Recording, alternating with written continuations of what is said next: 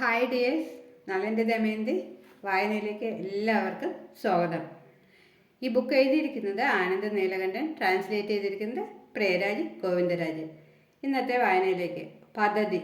നളനെ കണ്ടുപിടിക്കുക എന്ന ലക്ഷ്യവുമായി ദമയന്തി രഹസ്യദൂതന്മാരെ ദൂരദിക്കുകളിലേക്ക് പറഞ്ഞയച്ചു. ദമയന്തി തൻ്റെ സ്വന്തം കൈയാൽ വരച്ചുണ്ടാക്കിയ നളൻ്റെ ഭംഗിയേഴും ഛായാചിത്രം അവരോരോരുത്തരുടെ കൈവശവും ഉണ്ടായിരുന്നു. തൻ്റെ പുത്രി ഭർത്താവിനെ പറ്റി എന്തെങ്കിലും വിവരം നൽകുന്നവർക്ക് 1,00,000 സ്വർണ്ണ നാണയങ്ങൾ ഭീമസേന മഹാരാജാവ് പാരിതോഷികമായി പ്രഖ്യാപിച്ചു. രാജഗുരു ആട്ടെ അക്ഷമനായി ദിവസങ്ങൾ എണ്ണി കാത്തിരിക്കാൻ തുടങ്ങി.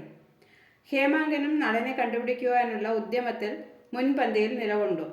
ഭീമസേന മഹാരാജാവിൻ്റെ ചാരന്മാരോ ദമയന്തിയുടെ രഹസ്യദൂതന്മാരോ മടങ്ങിയെത്തും മുമ്പ് തന്നെ താൻ നളനെ കണ്ടെത്തുമെന്ന് എന്തുകൊണ്ടോ അവന് ഉറപ്പുണ്ടായിരുന്നു. തനിക്ക് കഴിയുന്നത്ര ദൂരങ്ങളിൽ അങ്ങോളം ഇങ്ങോളം അവൻ നളനെ അന്വേഷിച്ചുകൊണ്ടേയിരുന്നു. കാലപ്രവാഹം കുത്തിയൊഴുകിക്കൊണ്ടിരുന്നു. 2-ാം മാസത്തിൻ്റെ അന്ത്യത്തിലെപ്പോഴും നളന് ആപത്തെന്തെങ്കിലും പിണഞ്ഞിരിക്കുമോ എന്ന് ഹേമാങ്കന് സന്ദേഹം തോന്നിത്തുടങ്ങി. എന്നിട്ടും പ്രത്യാശ കൈവിടാൻ അവൻ ഒരുക്കമായിരുന്നില്ല. അവൻ്റെ മനസ്സിൽ ഒരാശയം രൂപം കൊണ്ടു. അമാവാസിയെയും ഒപ്പം കൂട്ടിയാൽ അത് നടത്താമെന്നവൻ കണക്കുകൂട്ടി. ഹേമാങ്കൻ നിഷാദരാജ്യത്തിലേക്ക് പറന്നു. അവിടെ എത്തിയതും പാതി മാത്രം പൂർത്തിയായ ഒരു ക്ഷേത്രത്തിൻ്റെ മിന്നാരത്തിന് പിന്നിൽ അവൻ ഒളിച്ചിരുന്നു. 4 ദിവസം അവിടെ തന്നെ ഇരുന്ന് അവൻ അവിടെ മാപ്പാടെ നിരീക്ഷിച്ചു. പുഷ്കരന് രാജ്യപദവി കേവലം നാമമാത്രമായിരുന്നു. പ്രധാനമന്ത്രിയായി നിലകൊണ്ട സ്വാമി ധോബരനായിരുന്നു സർവാധികാരം. രാജ്യസഭയുടെ പരമോന്നത പദവികളെല്ലാം നിർവഹിക്കുന്നതിനായി തൻ്റെ പഴയ ഏതാനും സുഹൃത്തുക്കളെയായിരുന്നു അദ്ദേഹം ചുമതലപ്പെടുത്തിയത്. നളൻ്റെ വിശ്വസ്തരും സമർത്ഥരുമായിരുന്ന സഹചാരികളെയെല്ലാം കാരാഗൃഹത്തിലടച്ചോ കൊലപ്പെടുത്തിയോ ഇല്ലായ്മ ചെയ്തു. കുറച്ചു നാളുകൾക്ക് മുമ്പ് തെരുവു കലാകാരന്മാരും കുരങ്ങുകളിക്കാരുമായിരുന്നവർ ഇന്ന് രാജ്യത്തിൻ്റെ സുപ്രധാനമായ പല പദവികളിലും പ്രതിഷ്ഠിക്കപ്പെട്ടു. ഈ നവാഗതർ തങ്ങൾ നിഷാദരേക്കാൾ ഉത്തമരും പ്രതാപികളുമാണോ എന്ന് സ്വയം ധരിക്കുകയും തന്മൂലം നിഷാദർക്ക് ജീവിതം നരക തുല്യമാവുകയും ചെയ്തു. അധികം വൈകാതെ തന്നെ തെരുവുകളിലൂടെ നടക്കുന്നതിനും പൊതു കിണറ്റിൽ നിന്ന് വെള്ളം കുടിക്കുന്നതിനും ഉദ്യാനങ്ങളിൽ ഉലാത്തുന്നതിനും അവർക്ക് വിലക്കുകൾ ഏർപ്പെടുത്തപ്പെട്ടു. ആരാധനാലയങ്ങളിൽ നിന്നുപോലും അവർ പുറത്താക്കപ്പെട്ടു. തൊട്ടുകൂടാത്തവരെന്ന് അവർ മുദ്രണം ചെയ്യപ്പെട്ടു. നളൻ്റെ സുവർണകാലം അവർക്ക് നൽകിയ സ്വർഗീയ ജീവിതം വെറുമൊരു ഓർമ്മയായി മാറിക്കൊണ്ടിരുന്നു എന്നവർ തിരിച്ചറിഞ്ഞു. പക്ഷേ വർത്തമാനകാലത്തിൻ്റെ കഥാകാരന്മാർ നളനെ ധിക്കാരി എന്ന് മുദ്ര ചാർത്തി കഥകൾ മെനഞ്ഞു. നളൻ്റെ ധിക്കാരത്തിനുള്ള മറുപടി എന്നോണം ദേവന്മാർ നൽകിയ ശിക്ഷയാണിതെല്ലാം എന്നുപോലും അവർ പാടി നടന്നു. പുതിയ നുണക്കഥകൾ സൃഷ്ടിച്ചെടുക്കുന്നതിൽ അവർ വ്യാപൃതരായി. ഇത്തരം മനോവ്യതകളിൽ ഉഴലുന്ന നിഷാദർക്ക് നടുവിലേക്കാണ് ഹേമാങ്കൻ താണു പറന്നിറങ്ങിയത്. നഗരം നിദ്രയിലാണ്ട ഒരു രാത്രിയിൽ പുഷ്കരൻ്റെ ഉറക്കറയിലേക്ക് അവൻ പെരുവിരൽ ഊന്നിച്ചെന്നു. ശ്വാസം അടക്കി പിടിച്ച് അവൻ ആ തൽപ്പത്തിൻ്റെ അരികിലൂടെ നടന്നു. താൻ തേടി വന്നതെന്തോ അത് ജനാലക്കരിയിലെ പതുപതുത്ത കസേര കയ്യിൽ ഞാഞ്ഞു കിടക്കുന്നതവൻ കണ്ടു. നേർത്ത സ്വർണ്ണനൂലുകൾ കിന്നരി തുന്നിയ നളൻ്റെ ഉത്തരീയം.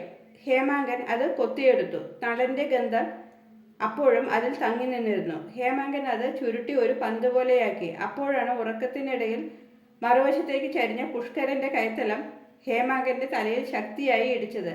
വേദന കൊണ്ട് പുളഞ്ഞ ആ ഹംസം ഉറക്കെ നിലവിളിച്ചു. ശബ്ദം കേട്ട് നെട്ടിയുണർന്ന പുഷ്കരൻ ഹേമാങ്കനെ തുറച്ചു നോക്കി. ആ പക്ഷി ഭയം കൊണ്ട് വിറങ്ങലിച്ചു. പന്ത് പോലെ ചുരുട്ടി കൊക്കിൽ വെച്ചിരുന്ന ഉത്തരീയം നിലത്തു വീണ് ഉരുണ്ടുരുണ്ടു പോയി. നീ? പുഷ്കരൻ ദ്രുതഗതിയിൽ ചാടി എഴുന്നേറ്റു. ഹേമാങ്കനാകട്ടെ നിലത്തു വീണ ആ ഉത്തരീയത്തെ നിമിഷാർത്ഥം കൊണ്ട് തൻ്റെ കൊക്കിനുള്ളിലാക്കി പുറത്തേക്ക് കുതിച്ചു. പിന്നാലെ പാഞ്ഞെത്തിയ പുഷ്കരൻ ആ സുവർണ നിറമുള്ള ഉത്തരീയത്തിൻ്റെ മറുതുമ്പത്ത് പിടിമുറുക്കി. തൻ്റെ സർവ്വശക്തിയും എടുത്ത് ഹേമാങ്കൻ ആഞ്ഞു വലിച്ചു. രണ്ടുപേരും വിട്ടുകൊടുക്കുവാൻ തയ്യാറായിരുന്നില്ല. പുഷ്കരൻ ആക്രോശിക്കുകയും അസഭ്യം വർഷിക്കുകയും ചെയ്തു. ഹേമാങ്കൻ ആ ഉത്തരീയം സ്വന്തമാക്കി. അവിടെ നിന്ന് രക്ഷപ്പെടാനുള്ള വ്യഗ്രതയിൽ ശക്തമായി ചെറുകുകളടിച്ചു. ഈ ബഹളം രാജകൊട്ടാരത്തെ ഉണർത്തുമെന്നും അധികം വൈകാതെ നിഷാദർ ഒന്നടങ്കം കല്ലുകളും അമ്പുകളുമായി തന്നെ ആക്രമിക്കാൻ പാഞ്ഞെടുക്കുമെന്നും ഹേമാങ്കന് ഉറപ്പായിരുന്നു. ഒരു പാവം പക്ഷിയെ ഇങ്ങനെ ഉപദ്രവിക്കാൻ തുനിഞ്ഞ നിന്നെ യോർത്ത് ഞാൻ ലജ്ജിക്കുന്നു. ഹേ, ഹേമാങ്കൻ ചോദിച്ചു. അസഭ്യവാക്കുകളുടെ ഒരു ഘോഷയാത്രയ്ക്ക് പിന്നാലെ ഒരു ഉഗ്രശബ്ദം അവിടെ ഉയർന്നു. പുഷ്കരനെ ശപിക്കാൻ വായ തുറന്നതായിരുന്നു ഹേമാങ്കൻ. അബദ്ധവശാൽ കൊക്കിൽ നിന്ന് ആ ഉത്തരീയം ഉതിർന്നുപോയി. അടിതെറ്റിയ രാജാവ് നിലത്തേക്ക് തലകുത്തി വീണു. സ്തംഭിച്ചുപോയ പുഷ്കരൻ കുറച്ചു നേരത്തേക്ക് സ്ഥലകാലബോധം നഷ്ടപ്പെട്ടു. ബന്ധപ്പെട്ട് അയാൾ നിലത്ത് എഴുന്നേറ്റിരുന്നു. ഹേമാങ്കൻ ഈ തക്കം നോക്കി ഉള്ളിലേക്ക് വന്ന് പുഷ്കരന്റെ തലയിൽ അലസമായി കിടന്നിരുന്ന ഉത്തരീയം കൊക്കിലൊതുക്കി പുറത്തേക്ക് പറന്നു. പിന്നാലെ പാഞ്ഞു വന്ന പുഷ്കരൻ ജനാലയ്ക്കൽ നിന്ന് മുഷ്ടി ചുരുട്ടി തന്റെ രക്തത്തിനു വേണ്ടി മുറവിളി കൂട്ടുന്നത് ഹേമാങ്കൻ കണ്ടു. ഒരു ശരവർഷം തനിക്ക് നേരെ വരുമെന്ന് കരുതിയ ഹേമാങ്കൻ ഒന്ന് അമ്പരന്നു. അവൻ താഴേക്ക് നോക്കി. ശൂന്യമായ മിഴികളോടെ മുകളിലേക്ക് നോക്കി നിൽക്കുന്ന കുറച്ചു നിഷാദരെയാണ് കൊട്ടാര അങ്കണത്തിൽ ഹേമാങ്കൻ കണ്ടത്. കൊട്ടാര ജനലിക്കൽ നിന്ന് ഭ്രാന്തമായ ചേഷ്ടകൾ ചെയ്യുന്ന രാജനെ അവൻ കണ്ടുവെങ്കിലും ഒരു ചെറുവിരൽ അനക്കുവാൻ പോലും അവർ മുതിർന്നില്ല. പുഷ്കരന്റെ ജനസമിതി എത്രത്തോളം തകർന്നടിഞ്ഞിരിക്കുന്നു എന്നതിന് ഉത്തമ നിദാനമായിരുന്നു അത്. ആശ്വാസത്തോടെ ഒന്ന് നിശ്വസിച്ച് ഹേമാങ്കൻ വിദർഭരാജ്യം ലക്ഷ്യമാക്കി പറന്നു. അവന്റെ പദ്ധതിയുടെ ആദ്യപടി വിജയകരമായി കടന്നിരിക്കുന്നു. ഇന്നത്തെ വായന ഇവിടെ അവസാനിക്കുന്നു. Thank you for watching.